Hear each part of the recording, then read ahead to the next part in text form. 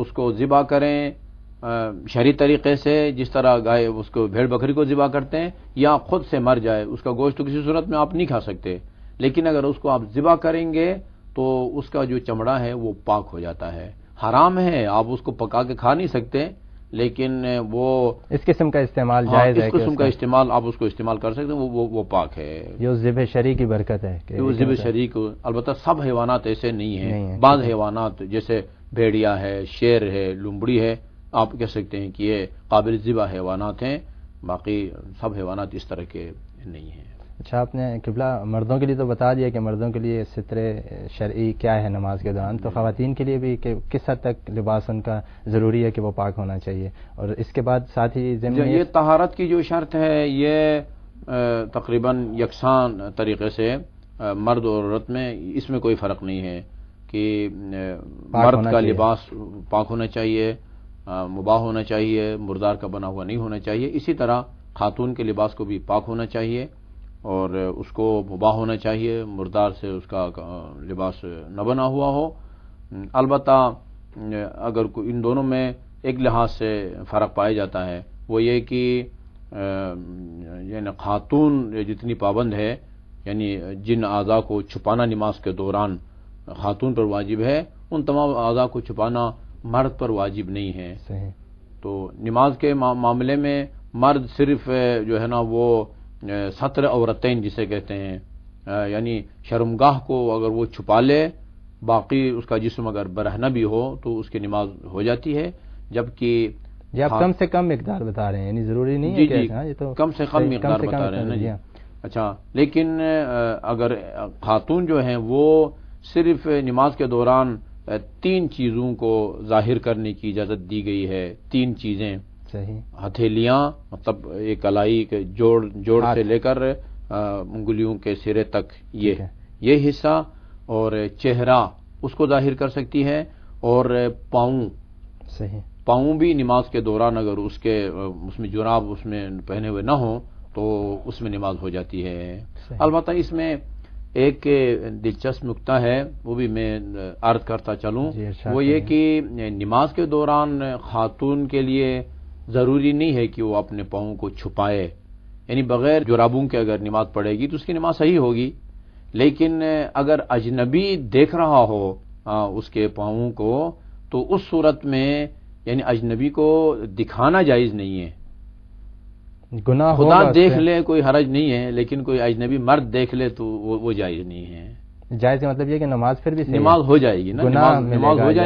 ہو جائے گی، لیکن یہ کہ اس کا ستر، اس کا چھپانا جو ہے وہ خصوصاً بعض مراجع اس کو ضروری سمجھتے ہیں کہ خاتون کو جراب پہن کے رہنا چاہیے تاکہ اجنبی کی نظر اس کے پاؤں پر نہ پڑے۔ البتہ نماز میں پاؤں کا وہی حکم ہے جو ہتھیلی کا ہے یا چہرے کے اس حصے کا ہے جو نماز کے دوران وضو کے دوران وضو کے دوران جس کو دھویا جاتا ہے۔ تو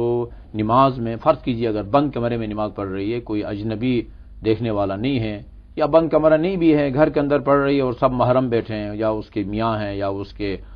مطلب بیٹے وغیرہ ہیں، تو وہ ننگے پاؤں نماز پڑھ سکتی ہے، یا یہ پاؤں کا جو جوڑ ہے مطلب اس سے نیچے کا حصہ چھپانا واجب نہیں ہے، باقی سارا جسم، اور یہ میں سمجھتا ہوں بہت ہی حساس مسئلہ ہے، ہماری ماں بہنوں کو اس چیز کا خیال رکھنا چاہیے کہ اگر وہ نماز پڑھ رہی ہیں، کمرے میں اکیلی ہے،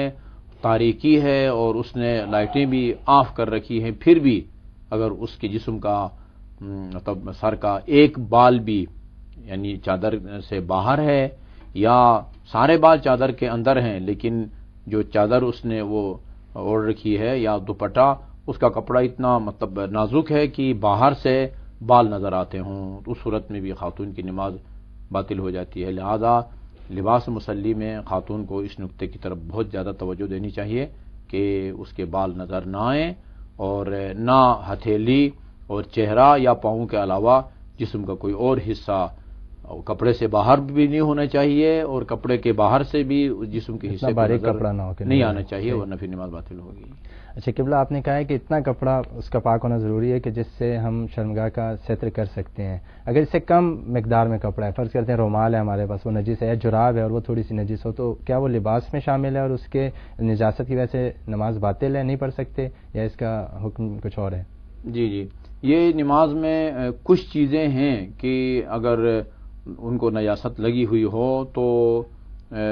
وہ معفو ہے، یعنی معافی ہے، اس کے ساتھ نماز پڑھی جا سکتی ہے۔ اس میں سے یہی جیسے ٹوپی ہے یا رومال جو عام طور پر وہ ہم جیب میں رکھتے ہیں، یا آزار بند ہے، یہ اگر نجس ہیں، چونکہ ان کی لمبائی چوڑائی اتنی نہیں ہوتی کہ جس سے انسان پردہ کر سکے تو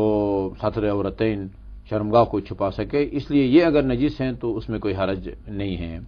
اسی طرح نماز میں انسان کے جسم پر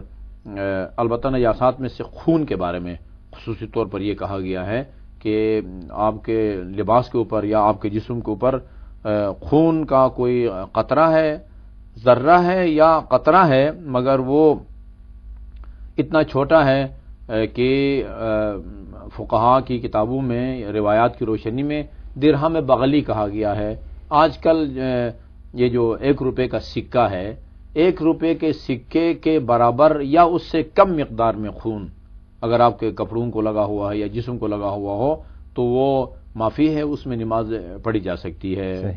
اور اگر اس سے زیادہ ہو تو پھر اس میں نماز نہیں پڑھی جا سکتی۔ یہ 2 قسم کی جو نجاست ہے وہ اس کی معافی ہے، اس کی چھوٹ ہے۔ رومال یا جنا کیپ وغیرہ کہ جس کی لمبائی چوڑائی اتنی نہیں ہوتی کہ انسان ستر کر سکے، اور اسی طرح خون کی مقدار اتنی کم ہے کہ وہ 1 درہم کا جو سکہ ہے اس سے اس کی مقدار کم ہو۔ البتہ کبھی ایسا ہوتا ہے کہ یہ مقدار میں اس سے کم ہے لیکن اس کے اوپر کوئی پانی کا قطرہ گر جاتا ہے جس کی وجہ سے پھر وہ پھیل جاتا ہے، چونکہ یہ پانی اتنا زیادہ بھی نہیں ہے کہ اس کو پاک کر سکے، اس نے گویا نجاست کو پھیلا دیا ہے، اب وہ صورت نہیں رہے گی، پھر وہ نجس ہو جاتا ہے۔